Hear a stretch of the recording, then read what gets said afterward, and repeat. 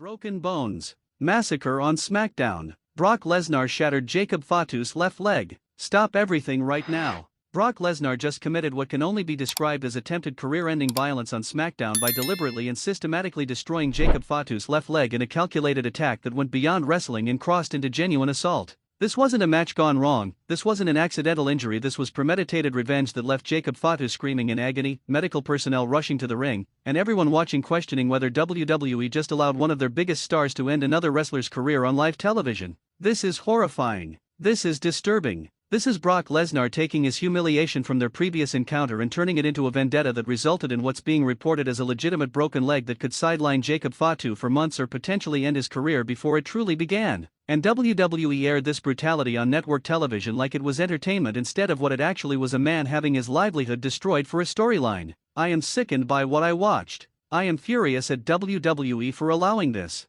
And I am absolutely terrified for Jacob Fatu's career and future. Drop in the comments right now, did Brock Lesnar go too far with this attack, or is this justified payback for what Fatu did to him? Because what we witnessed was not wrestling, it was violence. SmackDown just delivered the most disturbing segment in recent WWE history when Brock Lesnar, and what's being presented as a shoot-style revenge attack, targeted Jacob Fatu's leg with such precision and brutality that medical personnel had to stop the segment. Fatu was stretchered out of the arena, and reports are now suggesting the injury is legitimate and severe. Question for the wrestling injury historians: when was the last time WWE showed a graphic leg injury angle this realistic on television? This felt different from worked injuries. Let me break down exactly what happened during this massacre, why Brock's actions crossed every line of professional wrestling ethics, whether this injury is real or worked, and why the ambiguity is problematic, and what this means for Jacob Fatu's career, Brock's character, and WWE's responsibility to protect their talent. The segment started with Jacob Fatu cutting a promo in the ring, standard stuff about bloodline dominance, about being the Samoan Werewolf, about destroying anyone who challenges the family.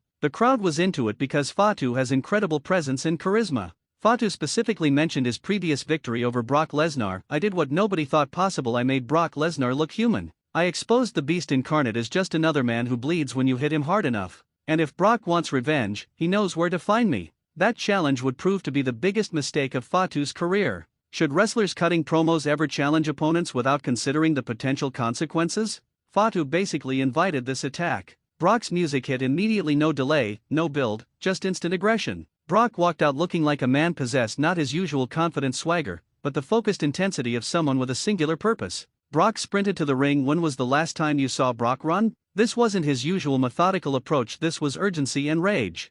Fatu tried to meet Brock in the center of the ring for a fight, but Brock had other plans. Instead of trading strikes, Brock immediately went for a single leg takedown, targeting Fatu's left leg specifically. That's when we all should have known something different was happening. Brock wasn't trying to beat Fatu, he was trying to injure him. Did the targeting of a specific body part from the start indicate this was planned as an injury angle, or did it just show Brock's amateur wrestling background? Brock took Fatu down and immediately applied a knee bar MMA-style submission that Brock rarely uses in WWE. The technique looked shoot, not wrestling theatrical, but legitimately trying to hyperextend the knee. Fatu's screams sounded real, not the exaggerated selling of a worked angle, but genuine pain and panic. That's when the crowd's energy shifted from excitement to concern. Referees tried to break it up, but Brock refused to release the hold. He was growling, applying more pressure, completely ignoring the officials trying to stop him. When Brock finally released, Fatu was clutching his leg and writhing in obvious agony. But Brock wasn't finished, not even close. Should referees have the authority to physically restrain wrestlers during these situations,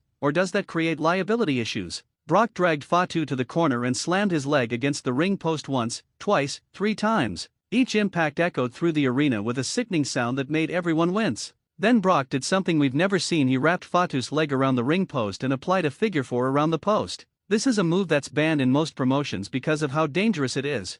Fatu's screams were blood-curdling. He was begging Brock to stop. He wasn't in character, he was genuinely pleading. The crowd wasn't chanting or reacting with typical wrestling energy, they were silent except for gasps and concerned murmurs. That tells you how wrong this felt. When crowd silence replaces typical reactions, does that indicate WWE crossed a line, or is creating genuine concern the goal of effective storytelling? Security finally arrived, about 8 security personnel, and it took all of them to pull Brock away from Fatu. Brock was fighting them off, still trying to get back to Fatu's leg. Medical personnel rushed to the ring while Brock was being restrained. EMTs immediately signaled for a stretcher. This wasn't check on him and let him walk to the back protocol, this was urgent medical attention. The medical team carefully examined Fatu's leg, and you could see on the screen they were being extremely cautious stabilizing it, avoiding movement, treating it like a serious injury. A neck brace and leg brace were applied. Fatu was carefully placed on a stretcher. The entire process took several minutes with complete silence from commentary except for grave concern. Should WWE show graphic injury treatments on television,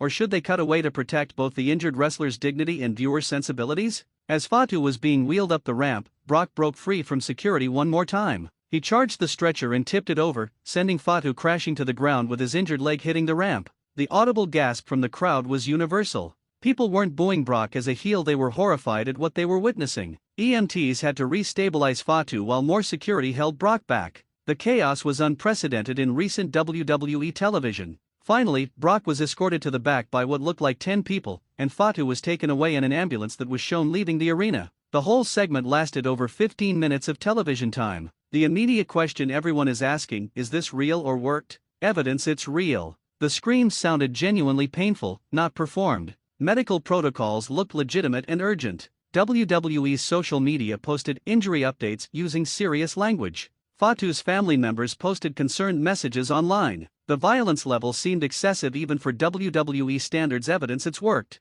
WWE has done realistic injury angles before, Sami Zayn, others. The camera captured everything, perfectly convenient positioning. This perfectly sets up Fatu's absence while Brock continues his revenge story. The timing coincides with rumored schedule adjustments. WWE wouldn't actually allow this level of shoot violence. Which evidence is more convincing? Is this real injury or masterful worked shoot? Let's discuss the ethical implications if this is worked. Using realistic injury angles desensitizes audiences to actual injuries. It makes future real injuries seem like storylines. Crying wolf problem. It exploits viewer concern and empathy for entertainment purposes. It puts pressure on wrestlers to make everything look real even at risk of actual harm. It blurs the line between performance and violence in problematic ways. Should there be industry standards about how realistically injuries can be portrayed, or is that limiting creative freedom? Now let's discuss the consequences if this is real. Jacob Fatu's career could be derailed just as he was becoming a star. The Bloodline loses their ultimate weapon right when they need him most.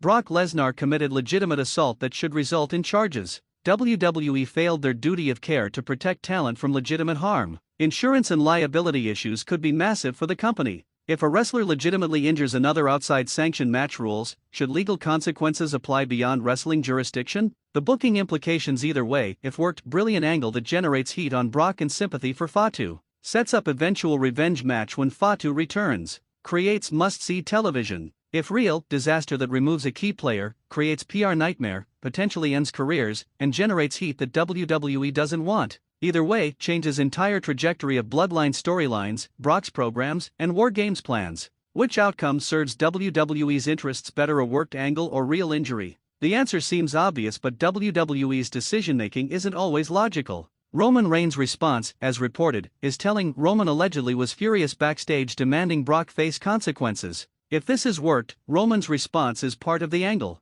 If this is real, Roman's genuine anger at his family member being hurt makes sense. Roman's reaction might be our best indicator of whether this is shoot or work. Should Roman Reigns appear on television to address this, or stay off-screen to maintain ambiguity? The social media reaction has been intense. Wrestling Twitter is divided between "this is brilliant storytelling" and "this is irresponsible and disturbing." Casual fans are concerned, many asking if Fatu is actually okay. Medical professionals online are analyzing the footage, debating injury legitimacy. Bloodline fans are outraged at Fatu being targeted. Brock fans are either celebrating his dominance or uncomfortable with the violence level. The engagement is through the roof, which WWE considers a success regardless of sentiment. Does generating conversation justify controversial content, or should WWE consider the type of engagement they're creating? The historical context of worked shoot injuries. Owen Hart/Stone Cold legendary angle but resulted in actual consequences. Sami Zayn/Bobby Lashley recent realistic injury angle that worked well. Daniel Bryan's multiple injury angles blurred reality effectively.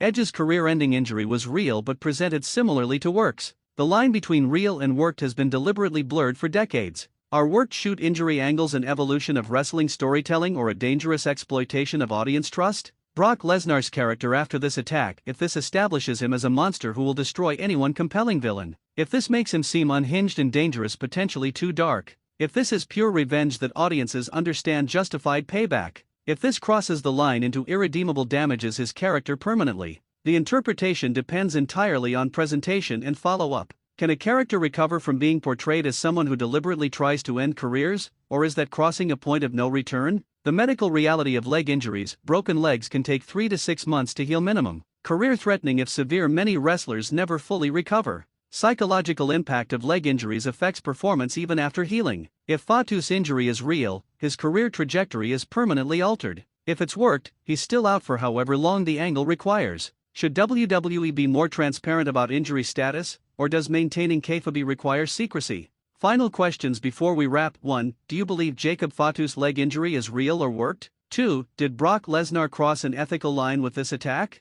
3. Should WWE show this level of graphic violence on television? 4. If real, should Brock face legal consequences beyond wrestling punishment? 5. Can Fatu's career recover from this, or is he permanently damaged? Give me detailed answers to all 5 questions. Here's my ultimate take: whether Jacob Fatu's leg injury is real or worked, this segment was disturbing television that crossed lines of taste and potentially safety. The ambiguity is intentional but problematic. If this is a work, it's brilliant heat generation that will pay off massively when Fatu returns for revenge. But it also exploits viewer concern in ethically questionable ways. If this is real, it's a tragedy that derails a rising star's career and raises serious questions about WWE's talent protection. Brock should face consequences beyond storyline. The violence level was excessive regardless of whether the injury is legitimate. WWE needs to consider whether shock value is worth potential trauma to viewers and wrestlers. Jacob Fatu deserves support in healing, whether this is storyline or reality. His career has too much potential to be ended by vengeance. Let me know everything in the comments. Real or worked? Too far or justified? Where does Fatu go from here? And if you made it this far, drop "Get Well Fatu" if you're sending support, or "This is Wrestling" if you think this is acceptable storytelling. Subscribe for updates on Fatu's condition. Like if this segment disturbed you as much as it did me. And share, because everyone needs to discuss whether WWE went too far. Until next time, prioritize safety, question everything, and I'll see you in the next one.